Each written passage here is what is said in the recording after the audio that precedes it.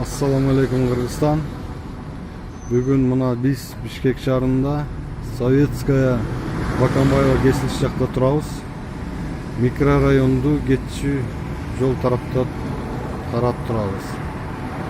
Мына азыр Бишкекте жолдор тар, 3 эле полоса бар, көп эле жерлерде. 2 полоса же 3 эле полоса. Анан айрым жерлерде могу солго гана кетчү деп коюптур да. Бирок көбүнчө жерлерде түз кетсе дагы болот, анан солго кетсе дагы болот. Могу солго кетчү жолдордон ушул полосага машиналар батпагандыктан ушул полосада туруп түз кетип атат. 1,5–3 миң деген штрафтарга илинип атат.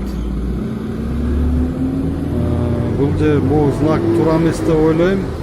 Себеби дегенде Бишкекте бизде жолдор тар, 3 эле полоса бар. Машиналар батпайт, пробка. Ошондуктан бул знак солго деп турбайбы? Ушул жерге түз кетиш керек, анан солго да кетиш керек деп коюш керек да. Биздин шопурларыбыз машина батпагандыктан ушул полосага туруп түз кетип атышат да, анан камераларга 1,5–3 миң сом деген штрафтарга илинип атышат. Ушул знак туура эмес дейм. Штрафтын өзү да туура эмес.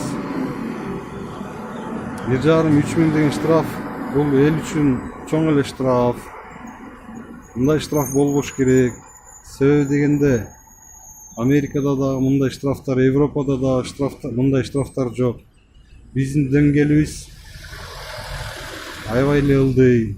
Керек болсо Москва шаарында дагы мынчалык штраф жок. Москва Бишкекке, Кыргызстанга караганда канча бир көп эле өдө, бирок 3 миң деген штраф жок. Биз элдер төлөй албайт мынча штрафты. Ошондуктан бул атайын эле коюлган знак деп ойлойбуз.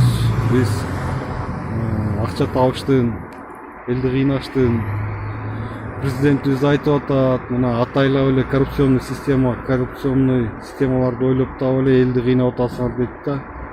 Бирок болбой эле мына өкмөттүн кылганы ушул болуп атат.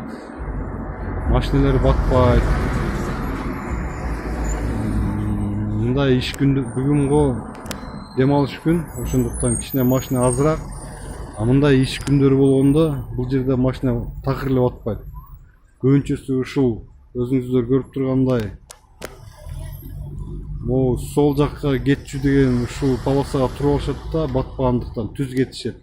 1,5–3 миң сом деген штрафтарга илинип атышат. Муну туура эмес дейбиз биз. Бийликтин эптеп эле элден акча сыгып алышуу деген сыгып деп ойлойбуз. Ошондуктан ушул знакка элдер көңүл буруп койсоңор, көңүл буруп айтат да. Ушул полосага туруп алып түз кетет, машина батпагандыктанчы. Камералар болсо 1,5–3 миң деген штрафтар келип атат.